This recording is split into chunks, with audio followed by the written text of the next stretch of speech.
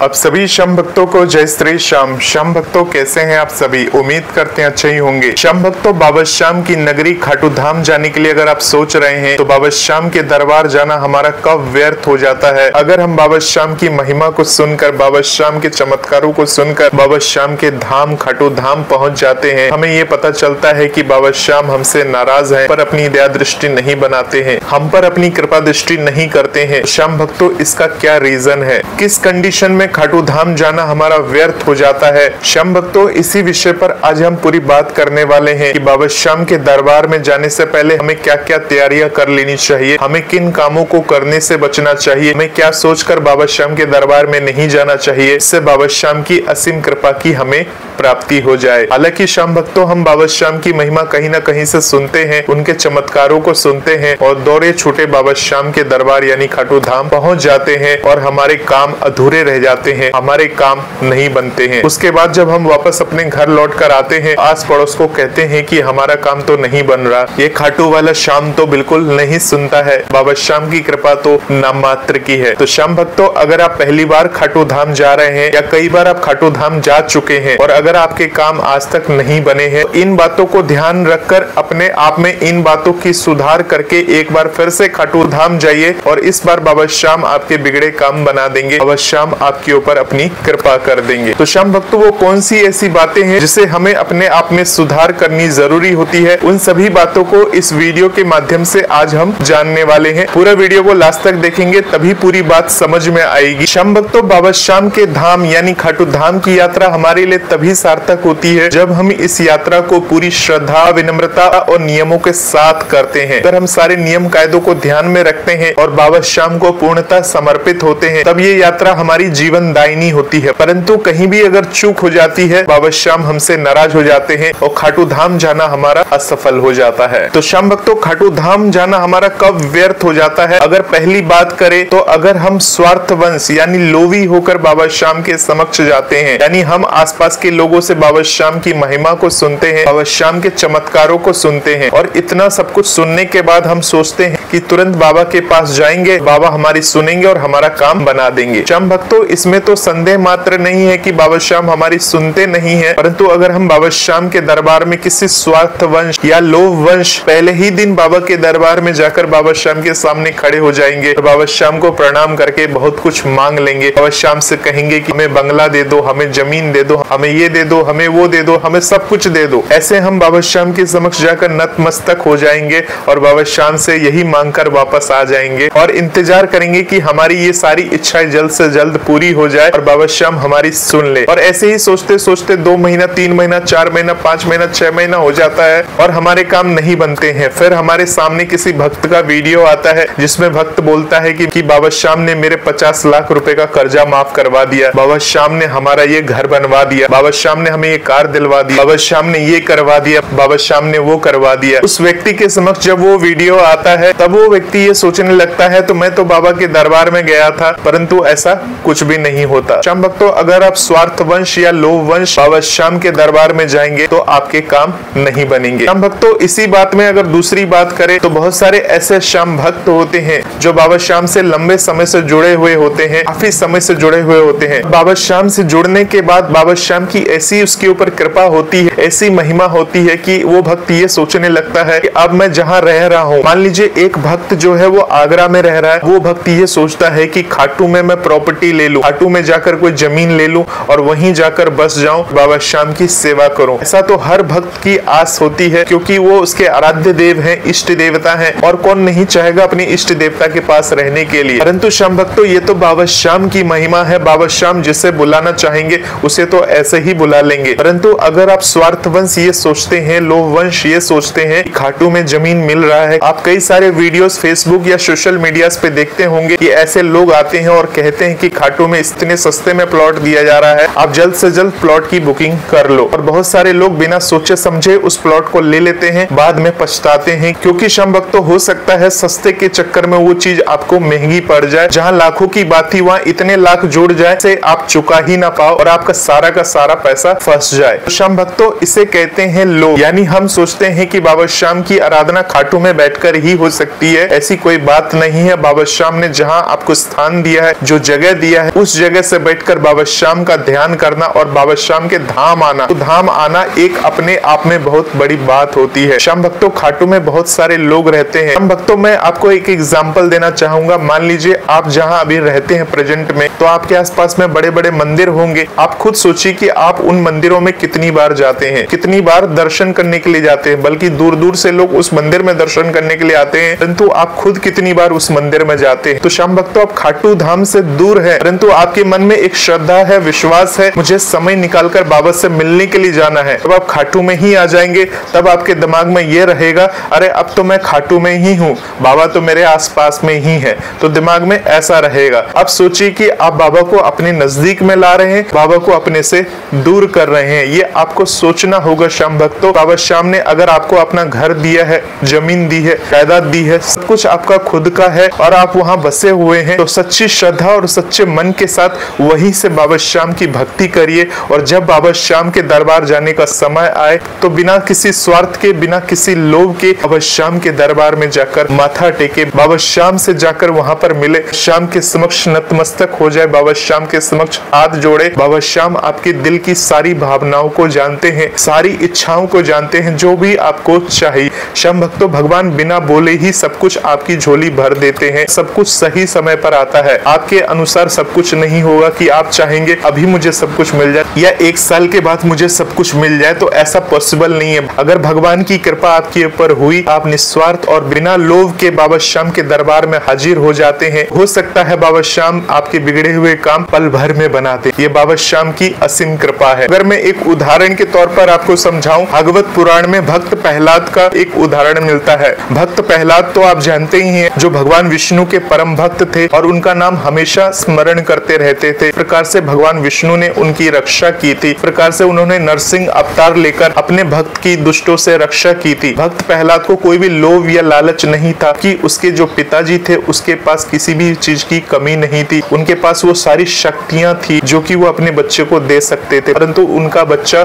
सिर्फ भगवान की नाम की शक्ति में रहा, भगवान के नाम को जपता रहा और भगवान ने अंत में उसका बेड़ा पार लगा दिया। श्याम भक्तों, भक्त प्रहलाद के उदाहरण से ये सिद्ध हो जाता है, अगर आप निस्वार्थ भाव के साथ भगवान के समक्ष हाजिर होते हैं, भगवान आपके बिगड़े हुए कामों को बना देते हैं। श्याम भक्तों, अब बात करते हैं दूसरे बात की। श्याम भक्तों, आपने वीडियो के माध्यम से देखा होगा, बहुत सारे भक्त बाबा श्याम के दरबार खाटू धाम पहुंचते हैं और खाटू धाम पहुंचकर तरह तरह से सेल्फी लेते हैं, वीडियोस बनाते हैं, वहां डांस करते हैं तोरण द्वार पे। खाटू धाम में लाइन में प्रवेश करके वीडियोस बनाते हैं। वीडियोस बनाते समय बाबा श्याम का नाम का उच्चारण करते हुए कुछ और ही बाबा श्याम से जोर जोर से मांगते हैं। ऐसा लगता है उन भक्तों को सिर्फ खाटू धाम में रील्स और वीडियोस ही बनानी है, उनको बाबा श्याम के दर्शन में कोई दिलचस्पी नहीं है, क्योंकि उन्होंने बाबा श्याम की महिमा के बारे में इधर उधर से सुन लिया था। फिर उन्होंने सोचा कि वहां जाता हूँ, वहां एक डॉक्यूमेंट्री फिल्म बना लूंगा, वहां एक ब्लॉग बना लूंगा, वहां जाकर एक शॉर्ट वीडियो बना लूंगा। इस तरह से बहुत सारे लोग करते हैं। तो श्याम भक्तों, वीडियोस बनाना कोई गुनाह नहीं है, हो सकता है वो आपका रोजगार हो, परंतु अगर पहली बार खाटू धाम गए हैं, बाबा श्याम की नगरी गए हैं और वहां जाकर पूरा समय वीडियो बनाने में ही लगे रहेंगे, तो बाबा श्याम से कब मिलेंगे, बाबा श्याम के क्या दर्शन करेंगे। श्याम भक्तों, ऐसे भी लोग हैं जो खाटू धाम आते हैं, वहां पर सिर्फ वीडियोस बनाना उसका मकसद होता है। वहाँ जो सेवादार हैं, जो वहाँ पे कार्यरत, जिनकी ड्यूटी लगी है,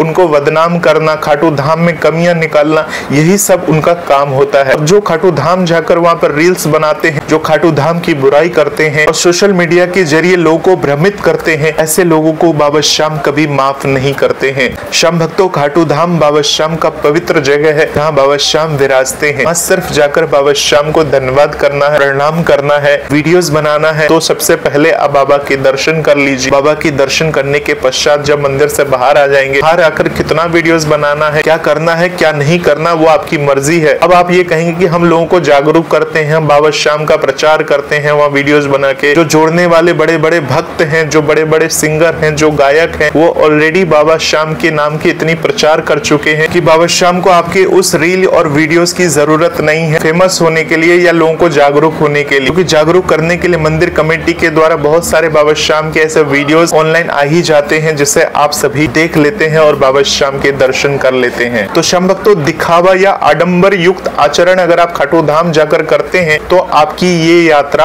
असफल हो जाती है। आपको दिखावा नहीं करना है, शो ऑफ नहीं करना है, मैं खाटू धाम आया हूँ देख लो मुझे। हाँ, अगर आप बाबा श्याम से काफी लंबे समय से जुड़े हुए हैं और बहुत सारे श्याम भक्त आपके साथ जुड़े हुए हैं तो उन्हें आप खाटू धाम का नजारा दिखा सकते हैं, उन्हें खाटू धाम के दर्शन करा सकते हैं कि आप लाइव आए हैं। वो बात अलग हो जाती है, वो भी तब करना है जब आप बाबा श्याम के दरबार में दर्शन कर लेते हैं और जब मंदिर से बाहर आ जाते हैं। हालांकि श्याम भक्त तो बहुत सारे ऐसे श्याम प्रेमी होते हैं जिनके भाव सच्चे होते हैं, जो सिर्फ ये सोचते हैं कि बाकी भक्तों को भी अपने साथ साथ बाबा के दर्शन करा दूं। ऐसे भक्तों पर ये बात लागू नहीं होती क्योंकि उनके भाव सच्चे हैं। वो सिर्फ बाबा के दर्शन करने के लिए गए हैं और सिर्फ ये सोच कर गए हैं कि वो बाबा श्याम के दर्शन आपको भी करा दे। जैसे हमारी आरती दीदी थी, आरती टॉक थी, वो जब भी रिंगत से खाटू पैदल आती थी तो वीडियोस बनाते हुए आती थी। उसके बाद बाबा श्याम के दरबार में भक्तों को दर्शन भी कराती थी। तो वो उसके सच्चे भाव थे, वो भक्तों से जुड़ी हुई थी, उसकी सारी कनेक्टिविटी थी। ऐसे भक्त जो बाबा श्याम से जुड़े हुए, अब जैसे मैं आपको वीडियो में बता रहा हूँ तो आप में से 90% जो है वो श्याम भक्त हैं, जो इस वीडियोस को देखते हैं, सुनते हैं और आप ये चाहते हैं कि अगर मैं बाबा श्याम के दर्शन करने गया हूँ तो ये मेरा फर्ज है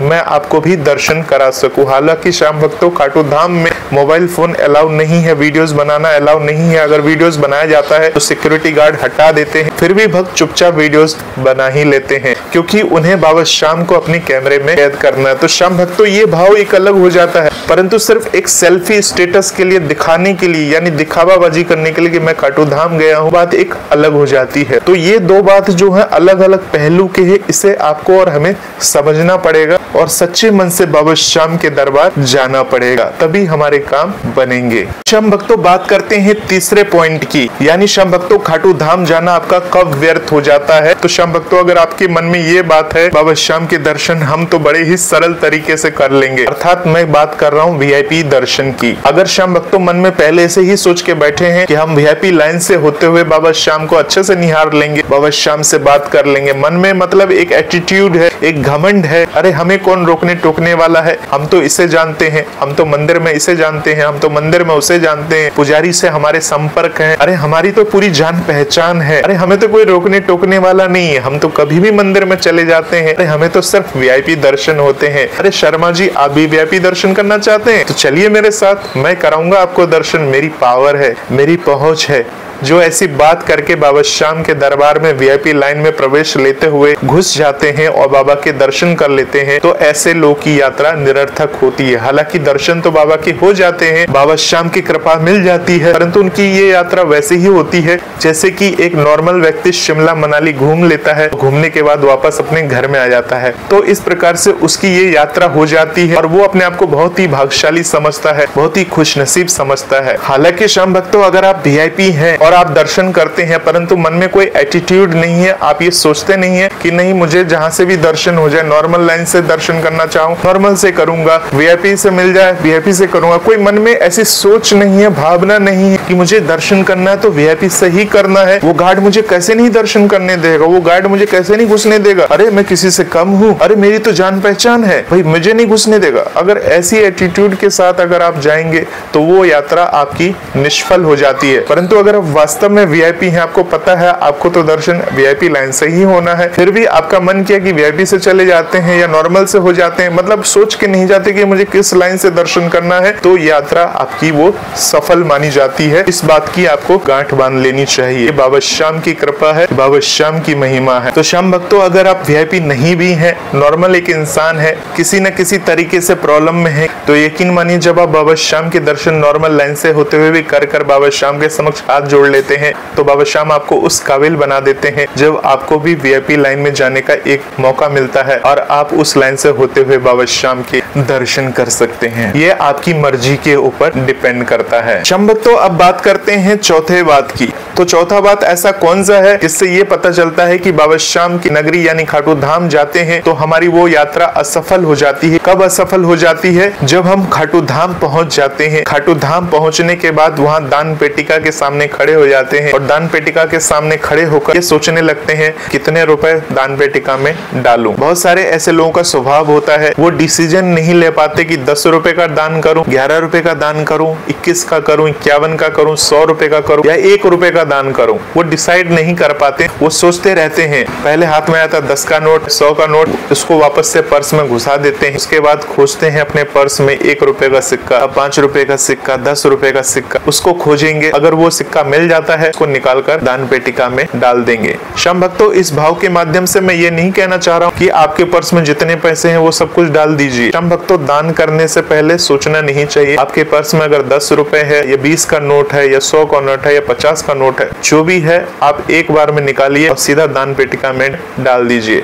और दान पेटिका में डालने के बाद जब आगे लाइन से बढ़ जाते हैं तो उसकी चर्चा आपको भूल से भी नहीं करनी है कि मैंने इतने पैसे डाल दिए, उतने पैसे डाल दिए। बहुत सारे लोगों की आदतें होती हैं, फैमिली मेंबर्स में बताएंगे 10 रुपए दान पेटिका में डाल दिए, 21 रुपए डाल दिए, 51 रुपए डाल दिए। तो इस तरह की भावना जो होती है श्याम भक्तों, दरिद्रता की निशानी होती है। यानी ये निशानी ये दिखाती है कि आप कितने दरिद्र हैं। श्याम भक्तों, एक बात का विशेष ध्यान रखना, जब तक आप रुपए पैसे खर्च नहीं करेंगे यानी खर्च नहीं करना जानेंगे तब तक कमाना आप उस रुपए पैसे को नहीं सीख सकते। श्याम भक्तों, भले आपकी जेब में 5 रुपए हो, 10 रुपए हो, आप निकाल कर अपने बजट के हिसाब से वहाँ चढ़ा रहे हैं। जरूरी नहीं है 100 रुपए, 500 रुपए या 1000 रुपए ही वहाँ पर दान देना है। श्याम भक्तों, इस बात का आपको विशेष ध्यान रखना है, दान करते समय सोचना नहीं है और सोच विचार के पैसे नहीं चढ़ाने हैं। यानी जो आपके हाथ में आ जाए वो पैसा वहाँ पर चढ़ा दीजिए, प्रभु को प्रणाम कर दीजिए। प्रभु से कह सकते हैं कि प्रभु मेरे पास इतना ही है, प्रभु अब आप कृपा करो। अगर आपके पास चढ़ाने के लिए पैसे नहीं है तो मत चढ़ाइए। जरूरी नहीं है कि दान पेटिका में आपको पैसे चढ़ाने ही है, ऐसी कोई बात नहीं है। अगर आपको लगता है कि आपकी अभी क्षमता नहीं है, आपका बजट नहीं है, 5-10 रुपए बचा के रखेंगे तो वो आपकी किराए भाड़े में काम आएंगे, तो उसके लिए उन पैसों को बचा लीजिए। बाबा श्याम आपसे नाराज नहीं होंगे और खाटू धाम आना आपका निष्फल नहीं होगा। परंतु मन को मारकर, सोच विचार कर और उस पैसे को उस दान पेटिका में चढ़ाने से ये बिल्कुल सही नहीं होता है, क्योंकि आपके मन में कहीं ना कहीं भाव आ जाते हैं कि अरे मेरी किराए भाड़े के इतने पैसे थे, 5-10 रुपए यहाँ कम हो गए, अगर यहाँ नहीं देता तो मुझे कोई दिक्कत नहीं होती। तो ऐसे भाव आ जाने से ही आपके वो दर्शन के भाव तो खत्म होंगे ही होंगे, साथ ही साथ जो आपने दान चढ़ाया दान भी आपका व्यर्थ चला जाता है। सेम इसी प्रकार से श्याम भक्तों, अगर आप किसी गरीब को दान दे देते हैं तो दान देने के बाद सोचना नहीं चाहिए कि मैंने उसको ऐसे दान दे दिया, ये दान दे दिया। कभी इस भावना को अपने मन के अंदर ना लाएं। जो दान कर दिया सो कर दिया, उसके बारे में वापस नहीं सोचना, तो दान करके सोचना ये एक गरीबी का सूचक है और आपकी आर्थिक स्थिति जो रहती है वो सुधरती नहीं बल्कि धीरे धीरे करके बिगड़ती हुई चली जाती है। अब श्याम भक्तों, बात करते हैं 5वें पॉइंट की, यानी खाटू धाम आना आपका कब निरर्थक हो जाता है। भक्तों, बहुत सारे ऐसे भक्त होते हैं जो बहुत पैसे वाले होते हैं, वो बाबा श्याम के दरबार में जाते हैं, खुशी खुशी जाते हैं और बाबा श्याम के दरबार में जाके बाबा श्याम के गुल्लक में पैसे डालते हैं। बाबा श्याम की गुल्लक में पैसा डालना कोई बुरी बात नहीं है। अगर बाबा ने पैसे दिए हैं तो बाबा श्याम के दरबार में गुल्लक में पैसे जरूर डालने चाहिए अपनी शक्ति और समृद्धि के अनुसार। परंतु श्याम भक्तों, बहुत सारे ऐसे भक्त होते हैं जो दिखावा करते हैं, यानी दान देने का दिखावा। अब हम गुल्लक में पैसे डाल रहे हैं, उसका वीडियो सामने बन रहा है, यानी हम 100 की गड्डियां गुल्लक में डालते हुए जा रहे हैं, परंतु हम वीडियोस बना रहे हैं ताकि हम ये दिखाना चाह रहे हैं कि हमने बाबा के दरबार में इतना रुपया पैसे दान किए हैं। हम भक्तों, ये भूल से भी आपको नहीं करना चाहिए। दान जो होता है वो गुप्त होता है,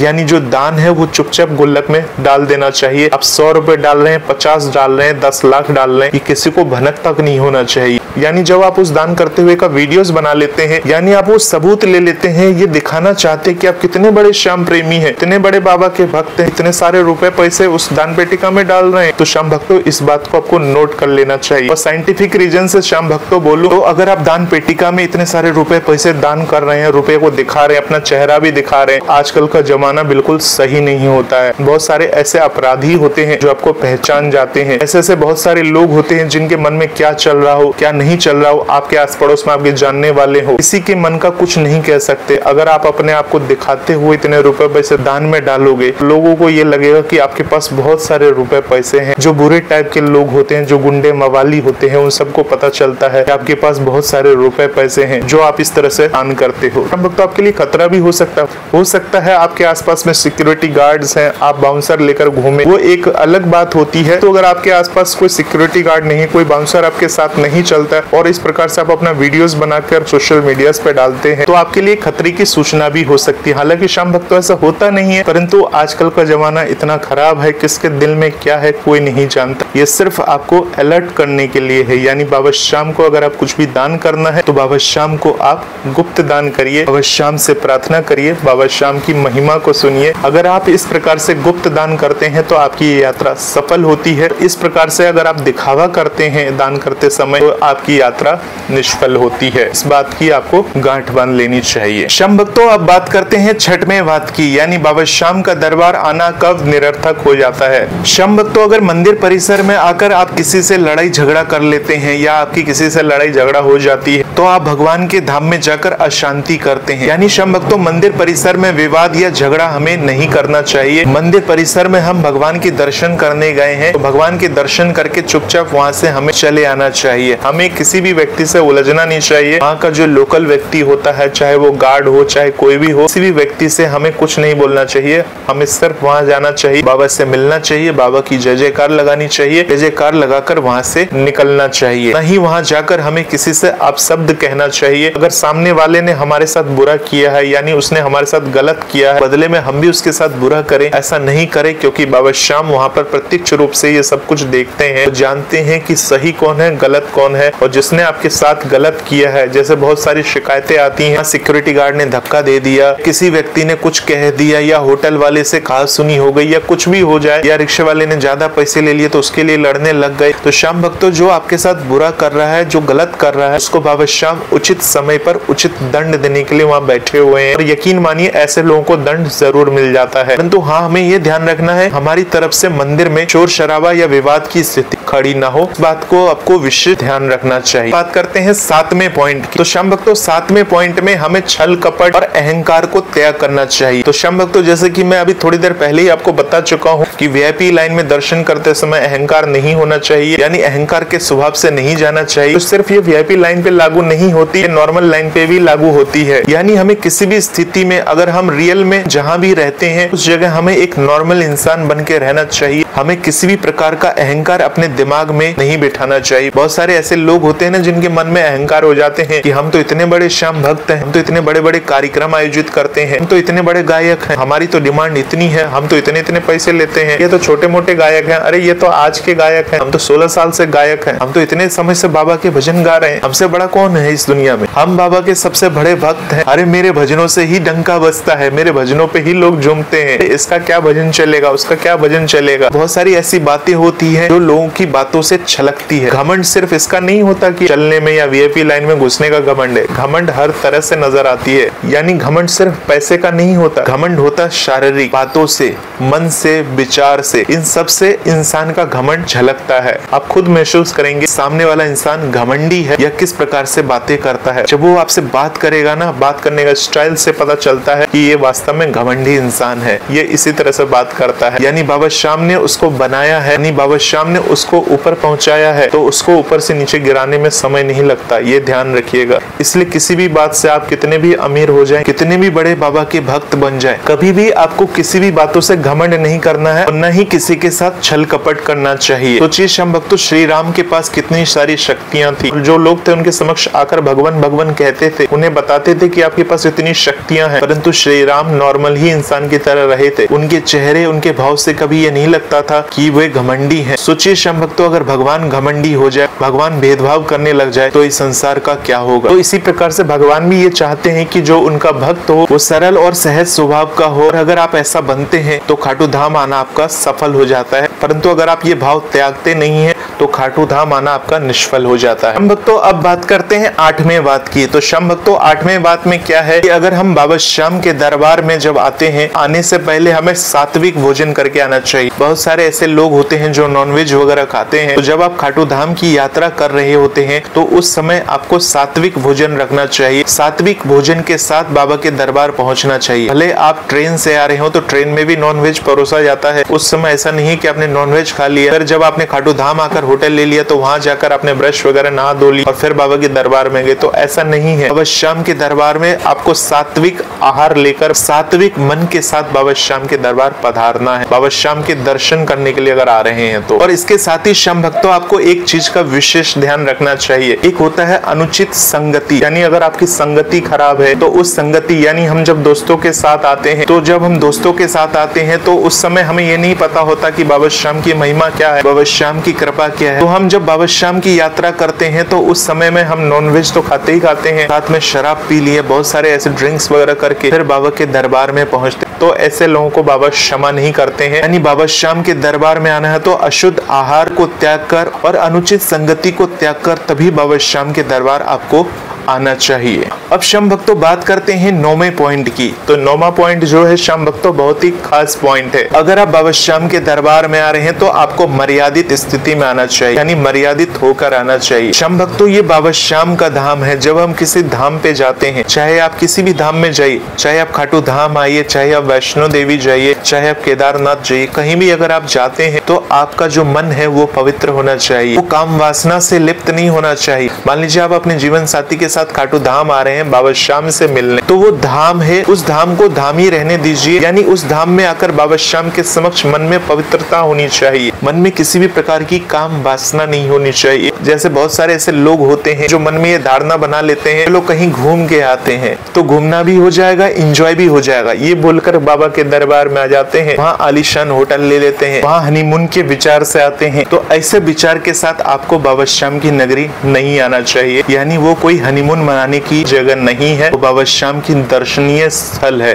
देखिए श्याम भक्तों आपको कोई देखने वाला तो नहीं है, क्या कर रहे हैं क्या नहीं कर रहे हैं कोई नहीं देख रहा, परंतु भगवान से कुछ भी छुपा हुआ नहीं होता। भगवान सब जानते हैं, भगवान को सब पता होता है। जब आप बाबा श्याम की नगरी आ जाते हैं तो श्याम की नगरी में आने के बाद सिर्फ एक ही उद्देश्य रहना चाहिए, श्याम के दर्शन। और श्याम के दर्शन के साथ जो आसपास में जो भी पवित्र जगह है वहां जाकर घूमना, उनके दर्शन करना, उनसे मन्नतें अरदास करना। ये करने के बाद अगर आपको लग रहा है कि आपके पास अतिरिक्त समय है तो उस अतिरिक्त समय को वहां बिताने से कोई मतलब नहीं है। अगर आपको बाबा श्याम के दर्शन हो गए तो उसके बाद आप अपने घर आ सकते हैं और वहां से कहीं और हनीमून के लिए जा सकते हैं। तो श्याम भक्तों कोई भी भक्त ये सोच के नहीं आता कि मुझे वहां जाकर हनीमून करना है, ये कोई सोच के नहीं आता, परंतु श्याम भक्तों ये मानवीय अवस्था है। जब हम एक बार बाबा के दरबार पहुंच जाते हैं, खाटू धाम पहुंच जाते हैं और जब हम थोड़ा सा आउटर हो जाते हैं तो जो ये मन और मस्तिष्क होता है इसके ऊपर कंट्रोल रखना, काबू रखना हर किसी इंसान के बस की बात नहीं होती है। इसलिए पहले से ही मन में ये तय करके आना चाहिए, भाव बना के आना चाहिए कि हमें बाबा के दरबार में सिर्फ बाबा के दर्शन करना है, बाबा श्याम से मिलना है। श्याम भक्तों आप मेरी बात को भली भांति समझ रहे होंगे कि मेरी बातों का इशारा किस तरफ से है, यानी कि हमें पूरी मर्यादित और पवित्रता के साथ बाबा के दर्शन करने के लिए खाटू धाम पहुंचना चाहिए, बाबा श्याम के दर्शन करने चाहिए। अगर आप मर्यादित तरीके से बाबा के दर्शन करते हैं तो आपकी ये यात्रा सफल मानी जाती है। श्याम भक्तों अब बात करते हैं 10वें पॉइंट की। तो 10वां पॉइंट जो है श्याम भक्तों, अगर आप बाबा श्याम के दरबार से जुड़ जाते हैं तो जुड़ने के बाद बाबा श्याम की जो कथा है, यानी बाबा श्याम ने किस प्रकार से अपने शीश का दान दिया था, किस स्थिति में दिया था, क्यों दिया था, अगर आप उनकी उन बातों को नहीं जानते हैं,